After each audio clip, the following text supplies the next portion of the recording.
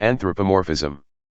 In a Hanbali work on the wearing of the Sufi cloak or mantle, Kirka, preserved in a unique manuscript in Princeton, by Yusuf ibn Abd al-Hadi, d. 909/1503 AD, who was also a Hanbali, ibn Taymiyyah, 1263-1328 AD, and his famous pupil Ibn al-Qayyim, 1292-1350 AD, are listed in a Sufi genealogy with well-known Hanbali scholars, all of whom except one, Abdul Qadir al-Jilani, were till then unknown as Sufis.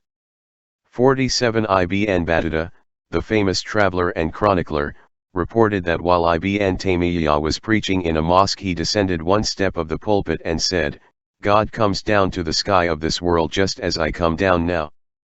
It was because of his tendencies towards anthropomorphic interpretations denounced as mujassimah by the Islamic jurists along with several other rulings considered extreme, that Ibn Taymiyyah spent much of his career in prison, put there by the religious establishment of his time. Though he was widely recognized for the breadth of his knowledge and demonstrations of piety, Ibn Taymiyyah had a tendency for rash exuberance and controversial declarations. Opinions about Ibn Taymiyyah during his lifetime varied widely. One of his opponents, who had the most success in refuting his views, was Taqi al-Din al-Subki, who was eventually appointed chief judge of Damascus. Of him Ibn Taymiyyah admitted, "No jurist has refuted me except al-Subki."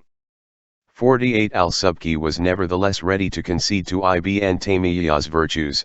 "Personally, my admiration is even greater for the asceticism, piety, and religiosity with which God has endowed him, for his selfless championship of the truth, his adherence to the path of our forebears, his pursuit of perfection, the wonder of his example, unrivaled in our time and in times past."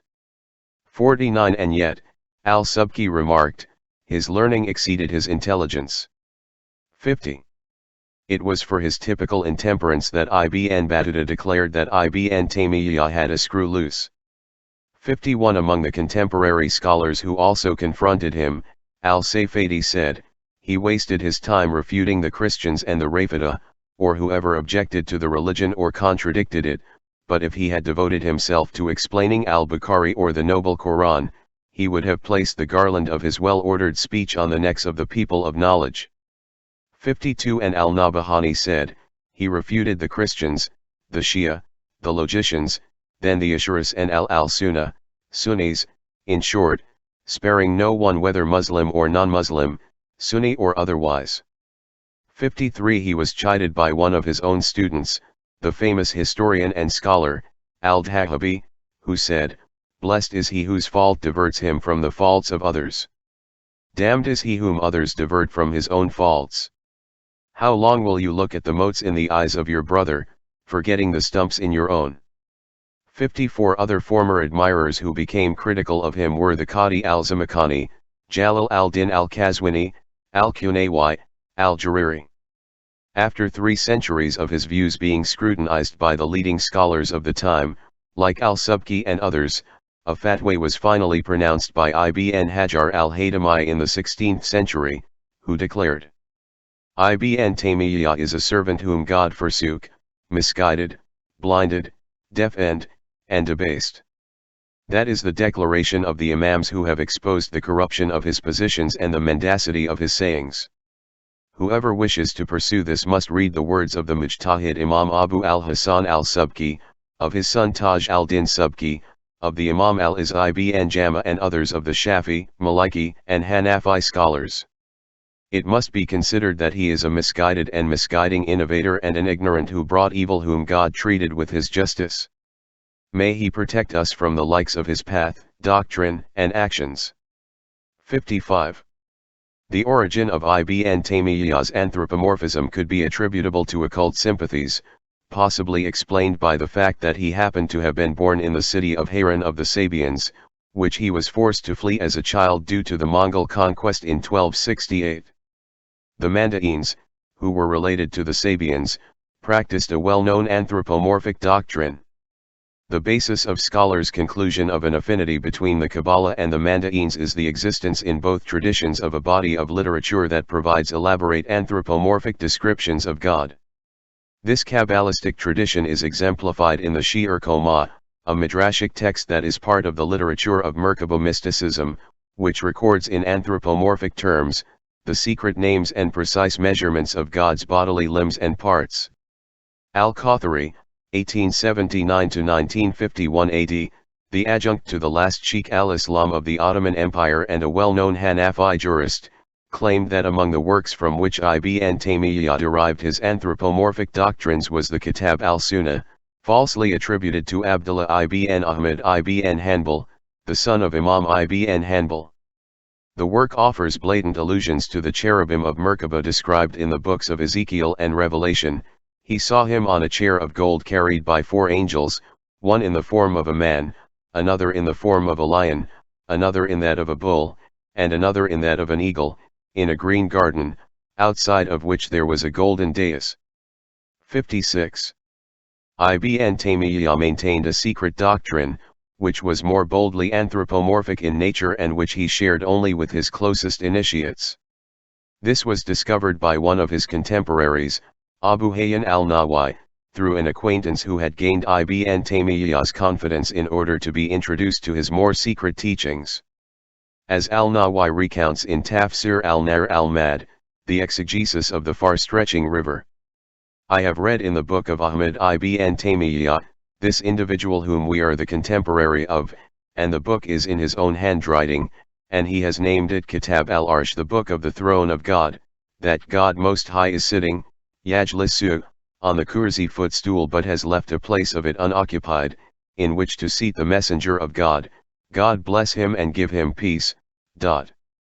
Al-Taj Muhammad ibn Ali ibn Abdul Haq Bayranbari fooled him Ibn Taymiyyah by pretending to be a supporter of his so that he could get it from him, and this is what we read in it. 57. The Wahhabis in particular, have inherited a vociferous hatred of Sufism from Ibn Taymiyyah, who is widely considered the leading exponent of the kinds of attacks on Sufism that were thought characteristic of the Hanbali school.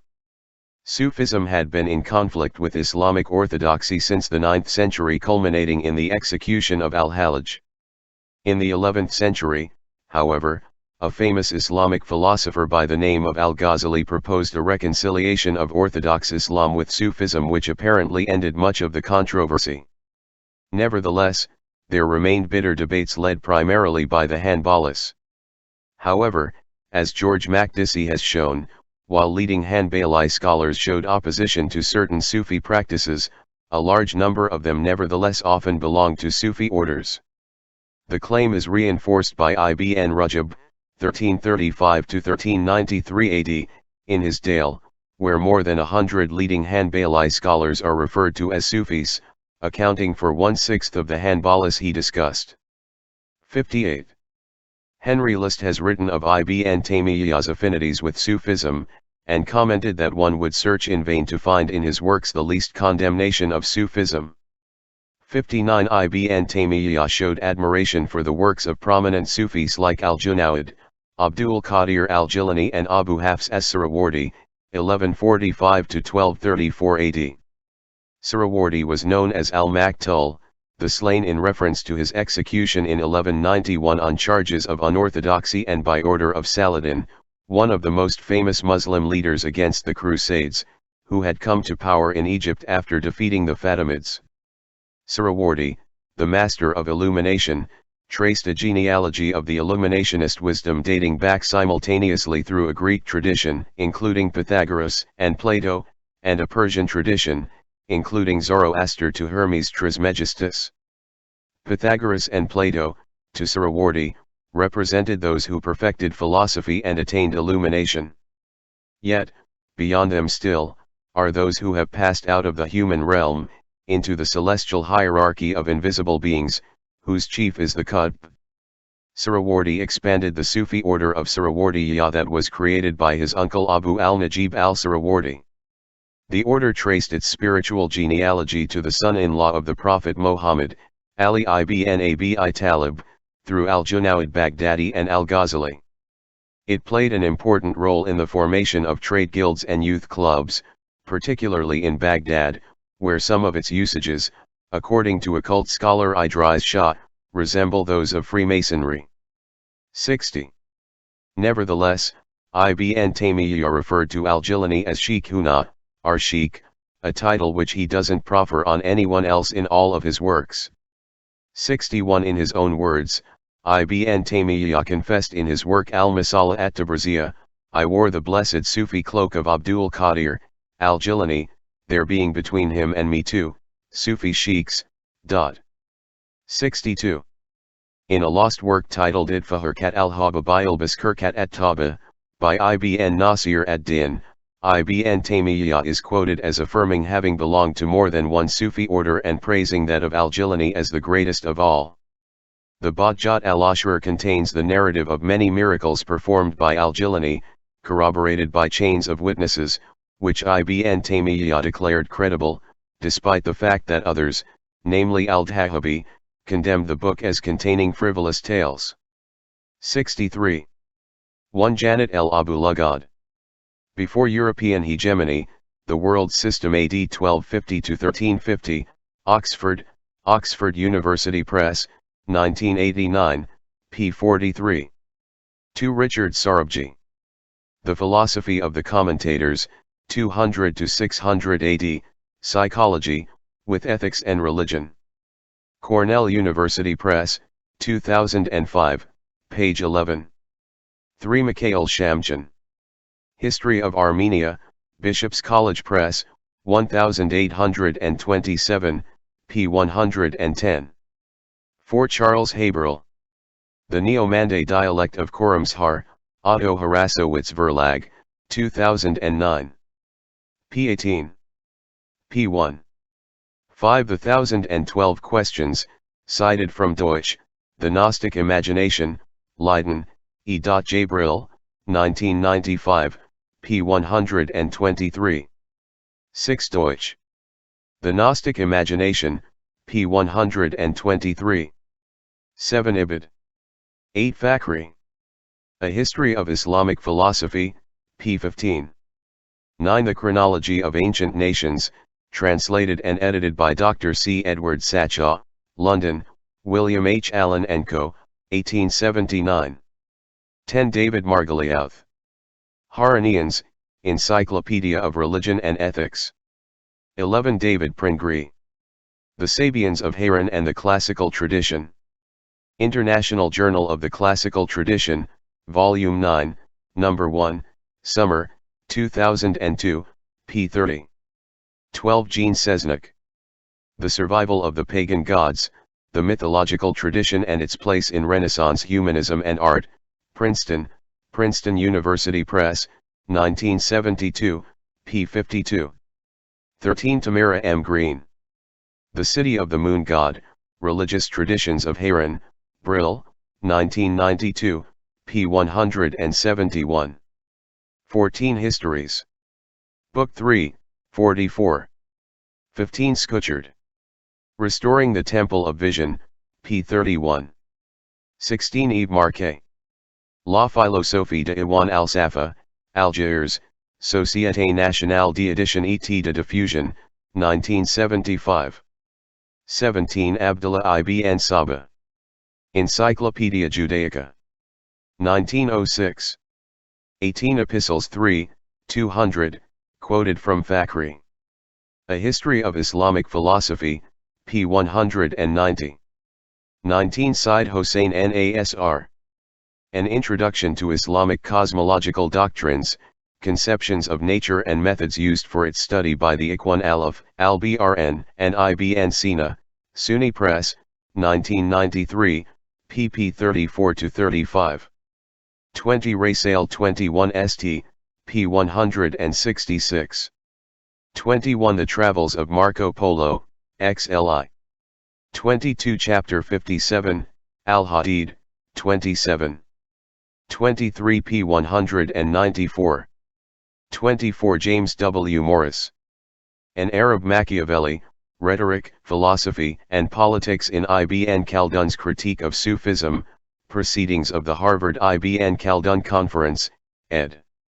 Roy Mottahide, Cambridge, Harvard, 2003. 25. Islam, An Introduction, State University of Albany, New York Press, 1992, p. 123. 26 Quran, Al-Kaf, 18:66. 27 David Livingstone. Ordo of Chel. Volume 1, Chapter 3, The Hellenistic Age. 28 Recep Merrick. Dionysiac and Pyrrhic Roots and Survivals in the Zebek Dance, Music, Costume, and Rituals of Aegean Turkey. Jeffera, 14, 2017, pages 215. 29 E. A. Wallace Budge. The Martyrdom and Miracles of Saint George of Cappadocia, 1888, XXXI, XXXIII, 206, 223. 30 Richard G. Hovhannisyan and Georges Sabak. Religion and Culture in Medieval Islam. Cambridge University Press, 200, pp 109-110. 31 Abraham El-Khayyam. Shorter Encyclopedia of Islam. 32 Lbn al-Adl. Risala fi Sha'an, FOL 30b, cited in Alexander Dknysh. Ibn Arabi in the later Islamic tradition, The Making of a Polemical Image in Medieval Islam. Sunni Press, 1999, p. 127. 33 Shems Friedlander and Nezi Uzel. The Whirling Dervishes, being an account of the Sufi order known as the Mevlevis and its founder the poet and mystic Mevlana Jalaluddin Rumi, Sunni Press, January 1, 1992, p. 39. 34 Meccan Revelations, I 262, cited in D.S. Margoliouth. Abd al-Dur. Encyclopedia of Islam, 1st edition, 1913-1936. Brill Online, 2012. Retrieved from http://www.polyonline.brill.nl/entries/encyclopedia-of-islam-1/sim_0102. 35 Cha Chaim Israel Joseph Benjamin II. 8 Years in Asia and Africa from 1846 to 1855, Hanover, Germany, 1861. p. 117. 36 Ibn Rajab. Dale, I 415-20. List, H. Ibn al-Dazi, Encyclopedia of Islam. Brill Online, 2012. 37 Margoliouth, D.S., Abd al-Dur. Encyclopedia of Islam, 1st edition, 1913-1936. Brill Online, 2012. Retrieved from http://www.polyonline.brill.nl/entries/encyclopedia-of-islam-1/sim_0102. 38 Ibid. 39 Joel L. Kramer. Philosophy in the Renaissance of Islam, Abu Sulayman al-Sijistani and His Circle, Leiden, Netherlands, E. J. Brill, 1986, p. 301 n85. 40 Said Hossein Nasr. An Introduction to Islamic Cosmological Doctrines, p. 31-33. 41 Braun, W., Abd al-Qadir al-Jilani. Encyclopedia of Islam, 2nd edition. Brill Online, 2012. Reference. Retrieved from http://www.polyonline.brill.nl/entries/encyclopedia-of-islam-2/abd-al-qadir-sim_0095. 42 Idris Shah. The Sufis, New York, Doubleday, 1964, p. 390. 43 Layla S. Diba. Golo Balbal. In Esanyars Haider, ed. Encyclopedia Iranica, 11, London and New York, Routledge 2001, pages 52-57. 44 Ibn Arabi. The Tarjuman al-Ashwaq, trans. R. A. Nicholson, Theosophical Publishing House, 1911 and 1978, pages 130, 145. 45 Shafaqi and Virani. The Ismailis in the Middle Ages, Oxford University Press, 2007, p. 148. 46 Ibid, p. 52. 47 G. Makdisi. The Hanbali School and Sufism. Actas for Congreso de Estudos Árabes y Islámicos, Leiden 1971. p. 122. 48 Al-Safadi. Ayan al-Asr, Volume 111, 1196, cited in the Mamluks in Egyptian and Syrian Politics and Society, ed. Michael Winter and Amalia Levanoni, Leiden, Brill, 2004, p. 207. 49 Little. Did Ibn Taymiyyah have a screw loose? Studia Islamicus Lee, 1975, p. 100. 50 Ahmed ibn al-Nakib al-Misri. Reliance of the Traveler, a classic manual of Islamic sacred law. 51 Little. Did Ibn Taymiyyah have a screw loose? p. 95. 52 Reproduced by Ibn Rajab in Dale Tabakat al-Hanabila, 2:392, and Ibn Hajar in al-Durar al-Kamina, 1:159. 53 Shawahid al-Haqt. 54 Al-Naziha al-Dhahabiyya li Ibn Taymiyyah, cited in Little. Did Ibn Taymiyyah have a screw loose? p. 100. 55 Fatwa al-Hadithiyya, Maktaba Mishkat al-Islamiyya, p. 105. 56 Abd Allah ibn Ahmad ibn Hanbal. Kitab al-Sunnah, Cairo, al-Matba al-Salafiyya, 1349/1930, p. 35. 57 Al-Nawawi. Tafsir al-Nar al-Mad, 1.254. 58 Georges Makdisi. The Hanbali School and Sufism. Actas for Congreso de Estudos Árabes y Islámicos, Leiden 1971, p. 117. 59 H-List.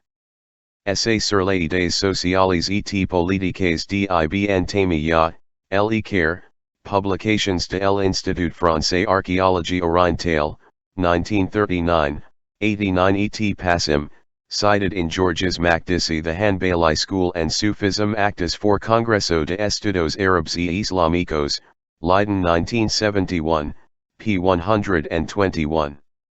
60 Idris Shah. The Sufis, New York, Doubleday, & Co., 1964. 61 SHGF Haddad. Ibn Taymiyyah on Fatwa al-Ghaib and Sufism. Living Islam retrieved from http://www.abc.se/tilde m9783/n/edisef_e.html. 62 G. Makdisi. The Hanbali School and Sufism, p. 123. 63 D. S. Margaliouth. Abd al-Dur.